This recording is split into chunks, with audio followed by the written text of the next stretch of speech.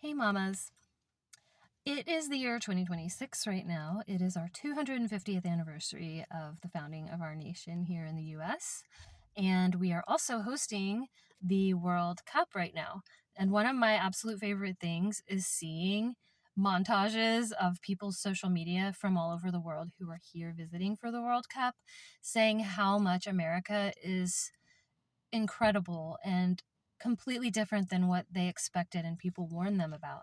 And they'll say, like, in our news, everybody in America looks angry and like they have guns and everybody's killing each other and that it's one giant dumpster fire. And I'm not saying that it isn't true that some of that stuff's going on at any given moment somewhere in the US.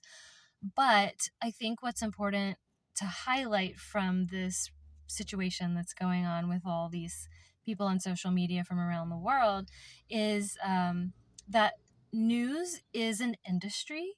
It has deadlines. It needs to be the first to break news. It's got to keep people coming back for more and hanging on the edge of their seats.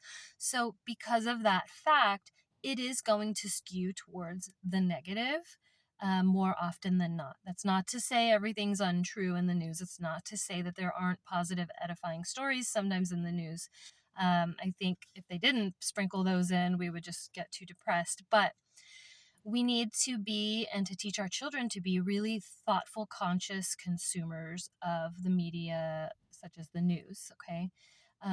Recognizing that it's an industry, recognizing it's going to skew negative, recognizing it could never possibly encompass everything important that's going on that day in the world, that it is designed to kind of get us amped up and in our emotions, and that it's only a sliver of reality. Just like looking out of an airplane window, there's a big whole wide world and beautiful views to see, but you just have this one little window that you have access to, and it fills your whole vision, much like how the news kind of captures our whole vision and imagination while we're in the midst of watching it, especially with all the visuals, and some of the language choices that are intended to kind of amp us up and keep us hooked.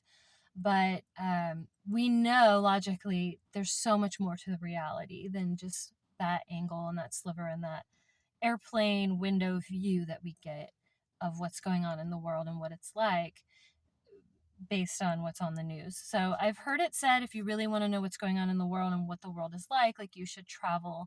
I think it's wonderful to travel whenever you can, and of course if it is truly safe. But connecting face to face with real people and having conversations with them is just a game changer and something that we should do more of, and that we should model for our children and teach them to do as well. Yeah, so just be thoughtful consumers of the news and raise your babies to not be easily emotionally manipulated or convinced of the truth of a situation based on these little sound bites and headlines and visuals that are flashed on the news and just kind of suck us in. All right, keep up the good work, moms.